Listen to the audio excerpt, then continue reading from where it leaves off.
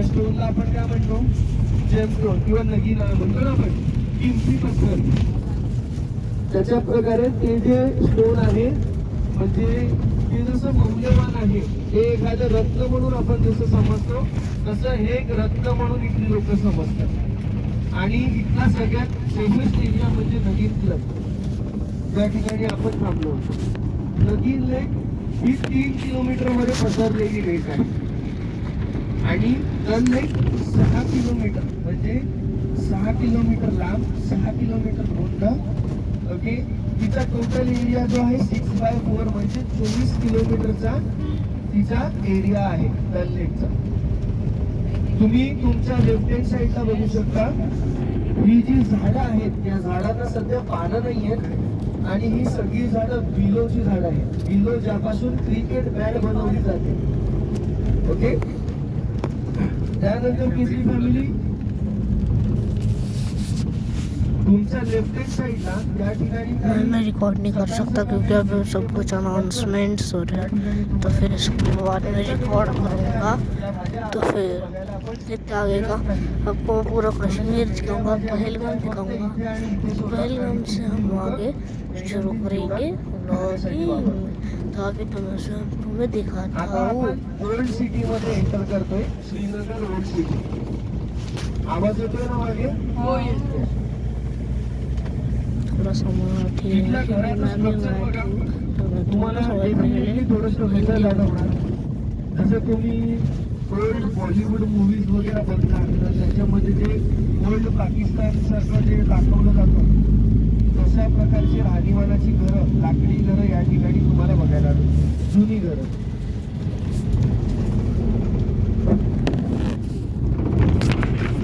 बघा राईटिंग साईडला हरिफोर्ट म्हणजे अकबर पर्वतला जाण्यासाठी रस्ता आहे.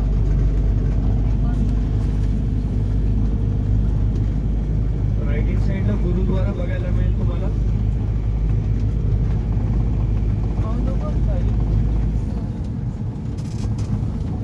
आता सध्या इथे हॉलिडे सुरू आहे म्हणून रस्त्यांवरती गाड्या नाही आहेत, कारण की इथे रमजान महिना सुरू आहे.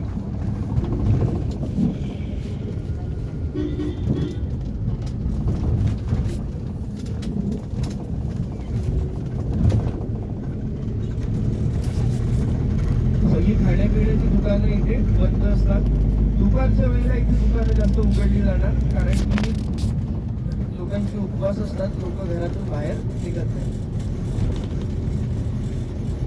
आणि संध्याकाळी मग परत 6 नंतर मार्केट बंद होतं.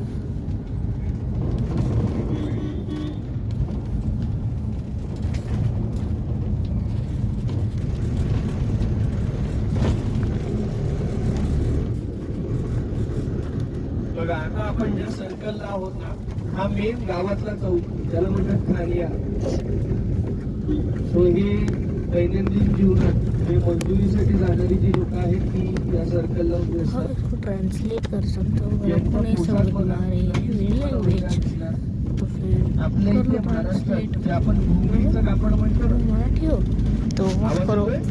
हा, घोंगडीचं कापड म्हणतो ना आपण, त्या घोंगडीच्या कापडापासून या लोकांनी लांब असा सदरा शिवलेला आहे आणि त्यात आपले हात त्याच्या आतमध्ये ते ठेवतात.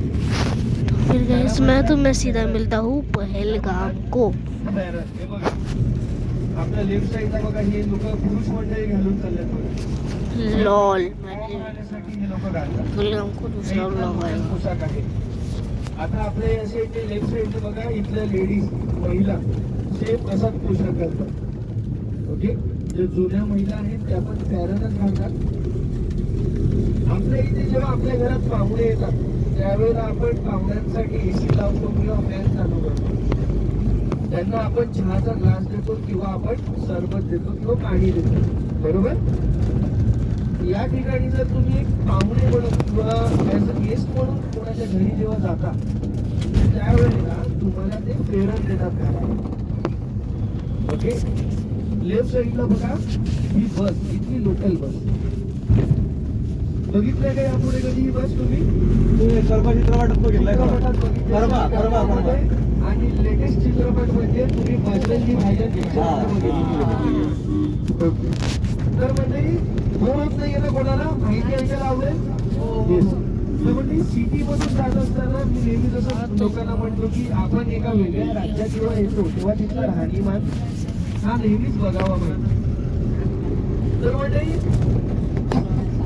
जसं मी तुम्हाला सांगत होतो इथे जर तुम्ही याचं गेस्ट म्हणून जर कोणाच्या घरी जाता तर तुम्हाला ते फेरन देणार घालायला. फेरन दिल्यानंतर या थंड प्रदेशात तुम्ही गेस्ट म्हणून बाहेरून जेव्हा त्यांच्या घरात जातात तेव्हा ते तुम्हाला कांगडी देतात. आता हे कांगडी म्हणजे काय तर ते कमळाच्या ज्या रूट्स असतात पातळ त्याला बाहेर काढून सुकवून त्याच्यापासून एक बास्केट तयार करतात. आज के लिए इतना ही, मैं मिलते हैं अगले व्लॉग में.